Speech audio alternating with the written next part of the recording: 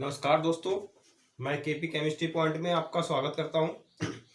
आज मैं जो आपके सामने जिस टॉपिक पे डिस्कस करने वाला हूं वो बहुत ही इम्पोर्टेंट टॉपिक है केमिस्ट्री की दृष्टि से। रीज़न क्या है? क्योंकि उस टॉपिक के बिना हम लैब में किसी भी कोई भी एक्सपेरिमेंट हो या कोई भी साल्ट हो, हम उसकी नॉर्मलता या मोलरता या फिर उसका विलयन नहीं बना सकते। ठीक है, यानी कि हम सॉल्यूशन आज चैप्टर पढ़ने वाले हैं।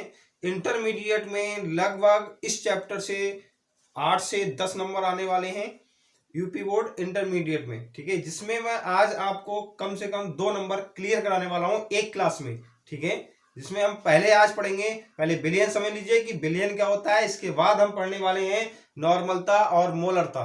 ठीक है, हमारे साथ बने रहिए। हमारा चैनल है केपी केमिस्ट्री पॉइंट। ठीक है, हेडिंग डालेंगे। देखो, पहले समझे बिलियन क्या है। पहले आपको यह समझना है कि बिलियन किसे कहते हैं। Billion solution, clear. बिलियन यानी कि कोई भी दो पदार्थ, समांगी या विषमांगी, कोई भी दो पदार्थ, दो या दो से अधिक समांगी मिश्रण को क्या कहते हैं? बिलियन कहते हैं। विषमांगी मिश्रण को बिलियन नहीं कहते, क्योंकि विषमांगी मिश्रण कुछ समय के लिए तो बिलियन बन जाते हैं, लेकिन जैसे ही हम उनको थोड़े समय के बाद उन्हें देखेंगे पुनः, तब पदार्थ अलग होगा और दूसरा पदार्थ अलग होगा, यानी कि विलय अलग होगा और विलायक अलग होगा। ठीक है, हम डेफिनेशन ये दे सकते हैं, दो या दो से अधिक समांगी मिश्रण को बिलियन कहते हैं। जैसे कि बिलियन का एग्जाम्पल बहुत सारे आप अपने दैनिक जीवन में इस्तेमाल करते हैं। जैसे गर्मियों में आप शरबत पीते हैं, शरबत में चीनी और पानी मिलाते हैं। चीनी और पानी जो है हमारा एक शरबत कहलाया। तो शरबत क्या है? एक बिलियन है। चीनी क्या है? हमारा जो पदार्थ घुल रहा है उसमें वो विलय है। और विलायक क्या है? यानी कि जल, जल में हम उसमें घोल रहे हैं तो क्या है? जल विलायक हो गया। ठीक है, बहुत से ऐसी और एग्जाम्पल ले लीजिए। NaCl नमक है, आप जल में घोलिए तो ये भी हमारा क्या है? एक प्रकार का विलयन ही है। विलयन देखें, विलयन होता क्या है? डेफिनेशन लिखेंगे, दो या दो से अधिक, दो या दो से अधिक समांगी मिश्रण को, समांगी मिश्रण को क्या कहते हैं? विलयन कहते हैं। दो या दो से अधिक समांगी मिश्रण को क्या कहते हैं? विलयन कहते हैं। विलयन बराबर जो फार्मूला होता है, विलयन बराबर विलय प्लस विलायक। क्लियर?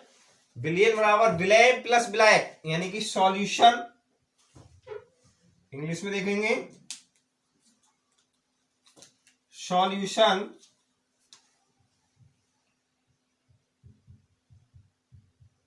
बराबर सॉल्यूट,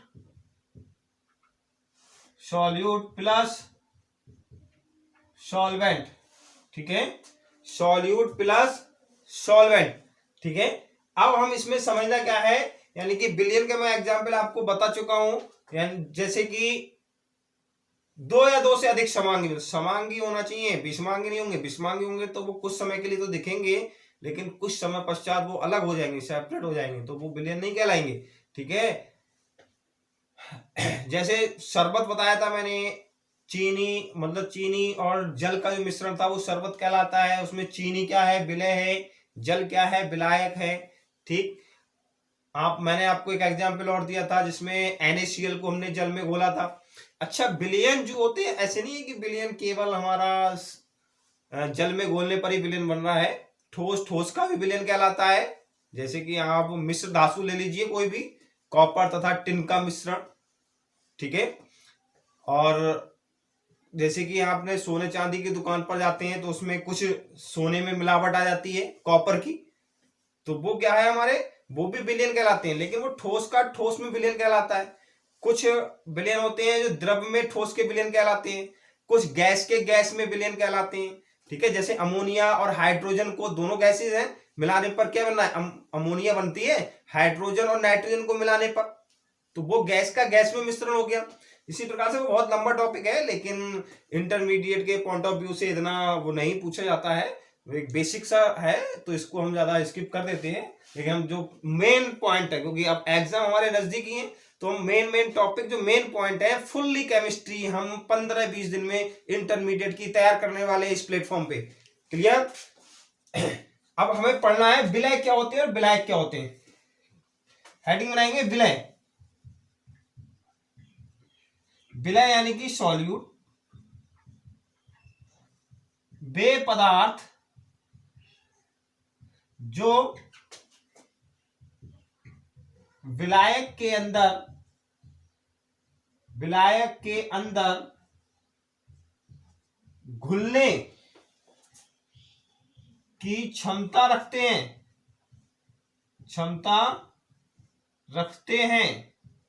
क्या कहलाते हैं, सॉल्यूट कहलाते हैं। जैसे NaCl, HBr या C6H12O6 ग्लूकोज, ये हमारे क्या है, सब विलय हैं। क्लियर?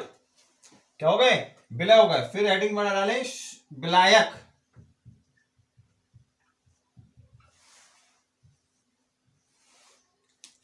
विलायक क्या होते हैं,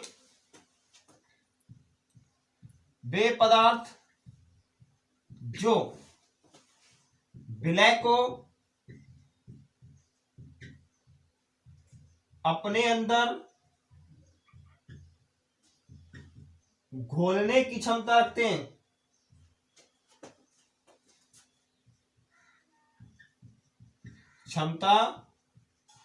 रखते हैं, विलायक कहलाते हैं।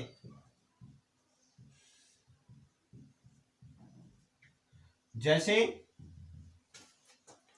H2O, C2H5OH, CH3O, CH3, benzene. ठीक है।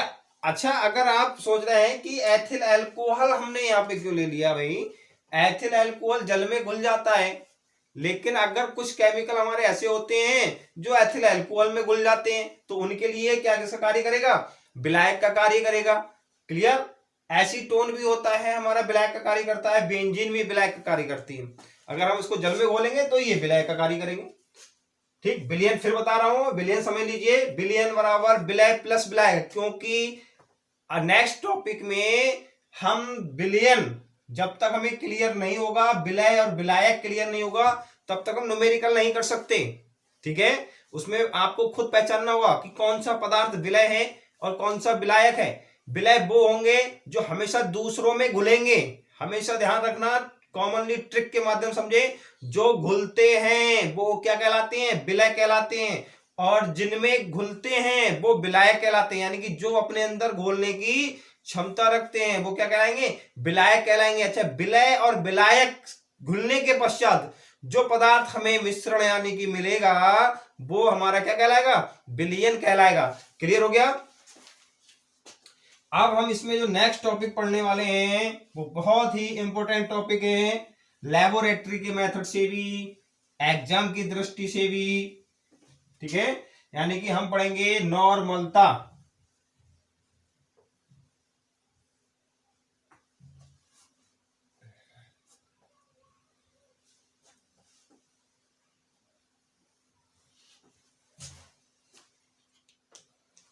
हेडिंग बनाएंगे नॉर्मलिटी।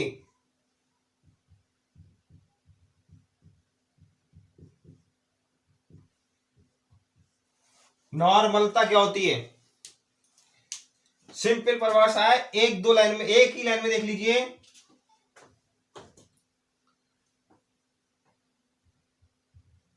एक लीटर विलयन के आयतन में 1 लीटर बिलियन के आयतन में उपस्थित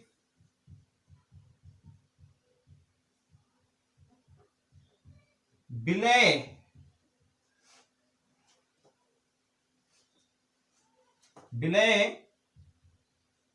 पदार्थ के ग्राम तुल्यांकों की संख्या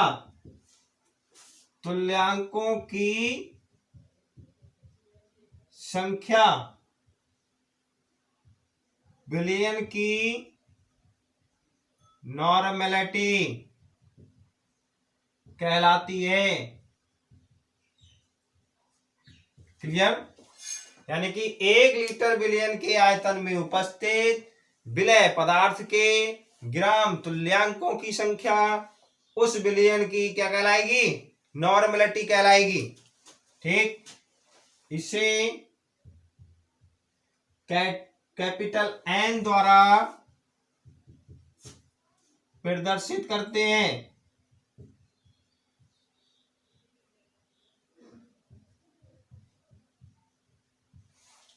क्लियर? फार्मूला देखेंगे, नॉर्मेलिटी एन बराबर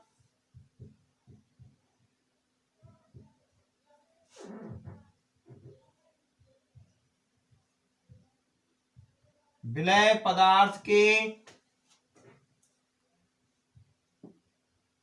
ग्राम तुल्यांकों की संख्या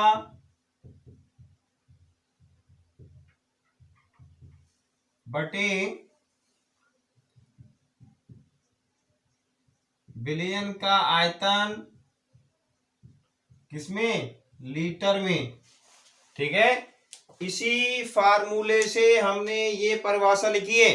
समझे? बिलियन की नॉर्मलता कैपिटल एन होती है।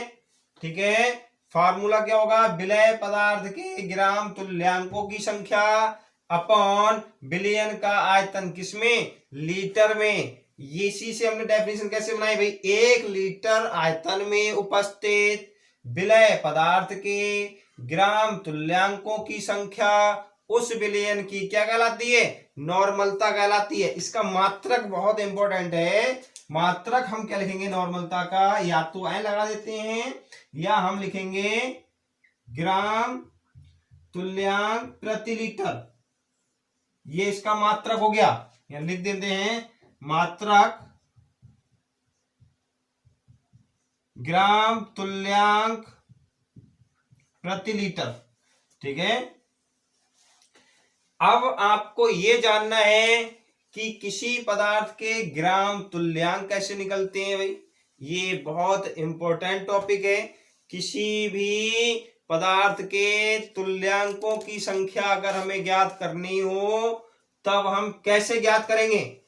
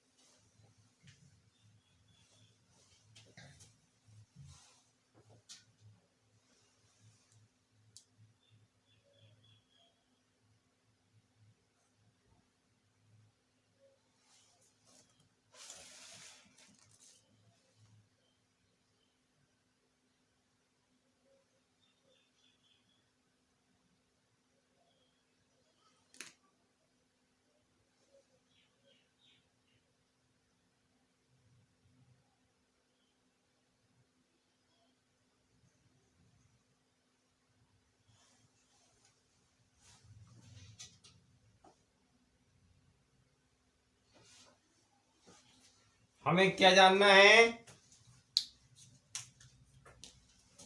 तुल्यांकों की संख्या।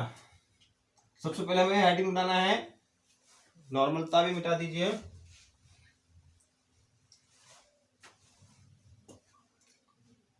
किसी के भी तुल्यांक हमें निकालना है। तुल्यांकों की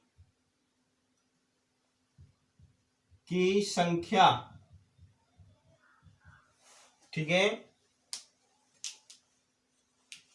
फार्मूला जो बनेगा विलय पदार्थ का भार, विलय पदार्थ का भार बटे विलय पदार्थ का तुल्यांकी भार। क्लियर? किसी भी पदार्थ के तुल्यांकों की संख्या निकालनी हो तब हम फार्मूला इस्तेमाल करेंगे विलय पदार्थ का भार बटे विलय पदार्थ का तुल्यांकी भार। ठीक है, हम इस फार्मूले को नॉर्मलता में लगा दीजिए। नॉर्मलता बराबर क्या हो जाएगा, अभी हमने लिखा था विलय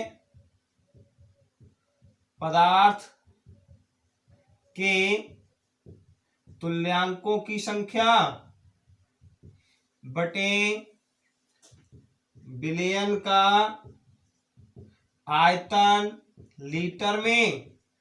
ठीक है, अब हम इसको इसमें लगा सकते हैं, बिल्कुल लगा दीजिए। विलय पदार्थ के तुल्यांक की संख्या क्या है, विलय पदार्थ का भार बटे विलय पदार्थ के तुल्यांकों की संख्या, विलय पदार्थ का तुल्यांकी भार, विलय पदार्थ का तुल्यांकी भार इंटू विलयन का आयतन लीटर में। ठीक है, ये वाला फार्मूला। तो हमारा ये फार्मूला नया बन के आया। क्लियर? ये हमारी नॉर्मलता का फार्मूला हो गया। अब इसमें आपको ये जानना है कि तुल्यांकी भार क्या होता है। अभी मैं आपको एक न्यूमेरिकल करके दिखाऊंगा इस पे कि तुल्यांकी भार क्या होता है। बहुत लोगों से नहीं हो निकल पाते तुल्यांकी भार क्या होता है। समझ लीजिए तुल्यांकी भार कैसे निकालेंगे। किसी पदार्थ का तुल्यांकी भार हमें निकालना हो, पदार्थ का तुल्यांकी भार, पदार्थ का तुल्यांकी भार जब हमें निकालना है तब फार्मूला होता है पदार्थ का अणुभार बटे अम्लता या क्षारकता, या क्षारकता। ठीक है, ये हमारा हो गया। अब हमें समझना है कि अम्लता क्या होती है और क्षारकता क्या होती है। अम्लता का मतलब अम्ल से है तो ये किस में होगी, क्षार में होगी। किस में होगी, क्षार में होगी। क्षारकता का मतलब क्षार से है तो इसकी क्या निकालेंगे हम, क्षारकता किसकी निकलती है, अम्लता की, यानी कि अम्ल की। और अम्लता किसकी निकलती है, क्षार की। भाई ये चीज क्लियर है, अपोजिट है। अम्लता क्षार की निकलेगी, क्षारकता अम्ल की निकलेगी। जैसे NaOH है, जब हम NaOH को तोड़ेंगे तब Na plus OH minus. Clear हुआ?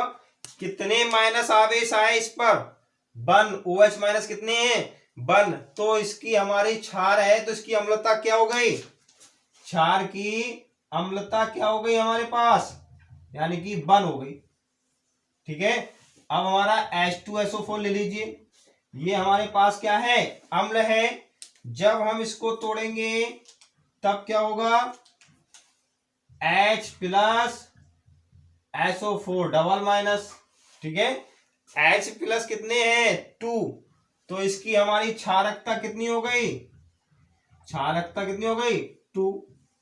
ठीक है, ये अम्लता हो गई, ये इसकी हमारी अम्लता, ये क्षारकता। अपोजिट कंडीशन निकलती है।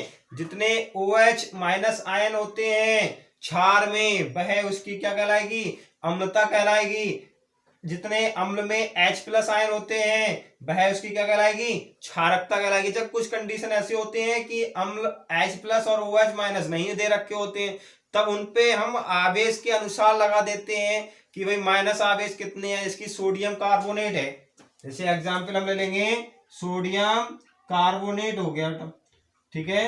तो हमारा Na+ और CO डबल-, तो 2 आगे इस पे, तो ये हमारा क्षार होता है।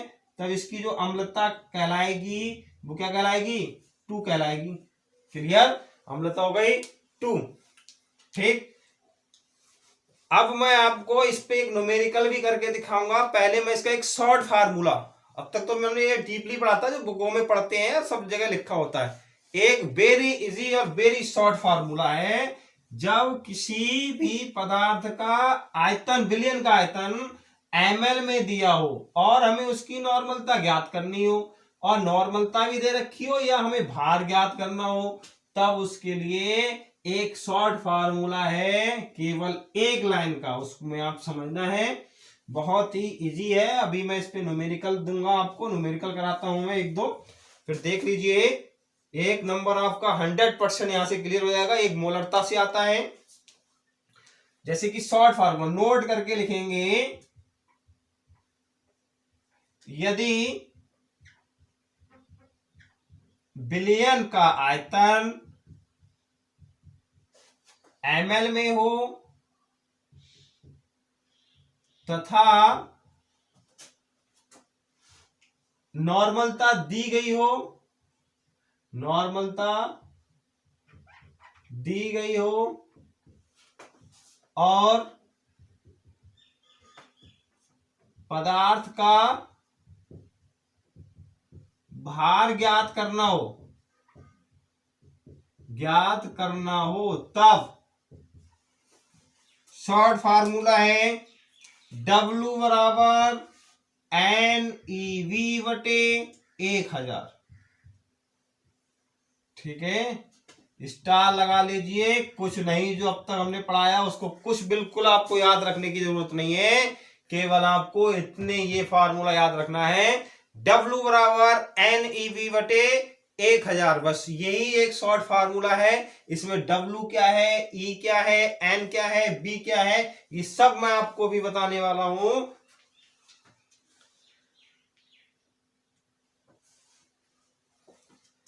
समझिए भाई W क्या है। W बराबर विलय का भार, विलय पदार्थ का भार किसमें, ग्राम में, एन विलयन की नॉर्मलता, ई विलय पदार्थ का तुल्यांकी भार, और बी विलयन का आयतन ml में। ठीक है, क्लियर, ये हमारा फार्मूला हो गया। W विलय पदार्थ का भार, N विलयन की नॉर्मलता, B विलयन का आयतन ml में, और E विलय पदार्थ का तुल्यांकी भार। इस फार्मूला से देखिए कितने इजी तरीका से मैं एक क्वेश्चन करता हूं।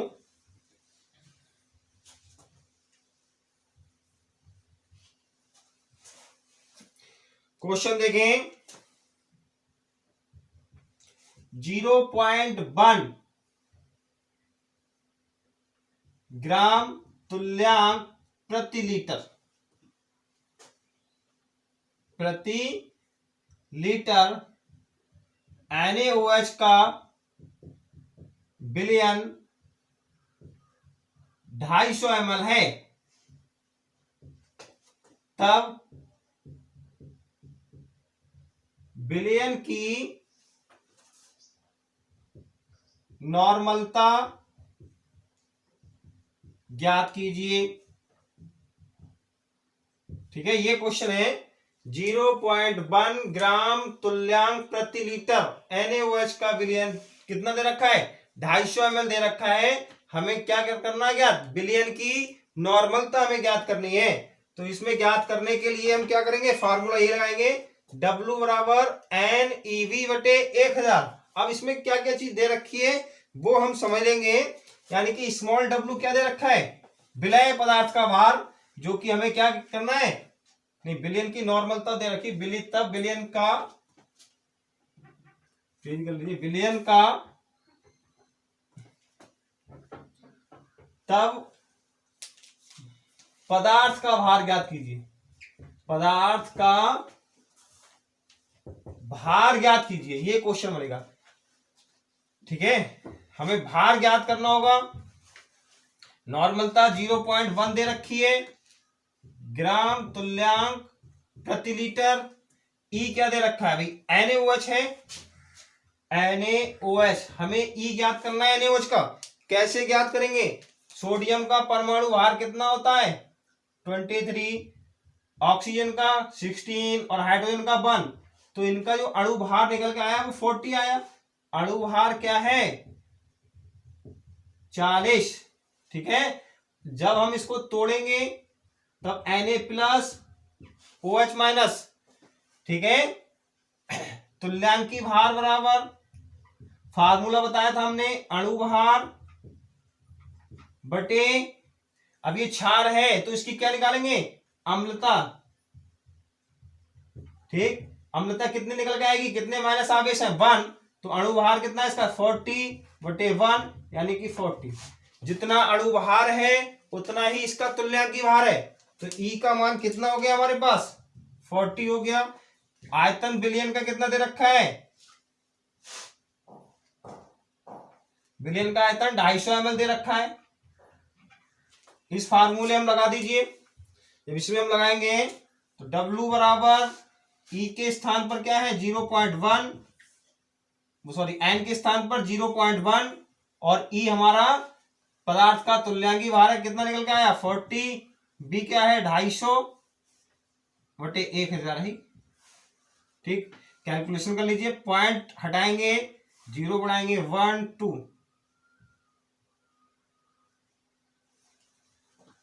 25 चौका 100 और 4 से 4, यानी कि 1 ग्राम।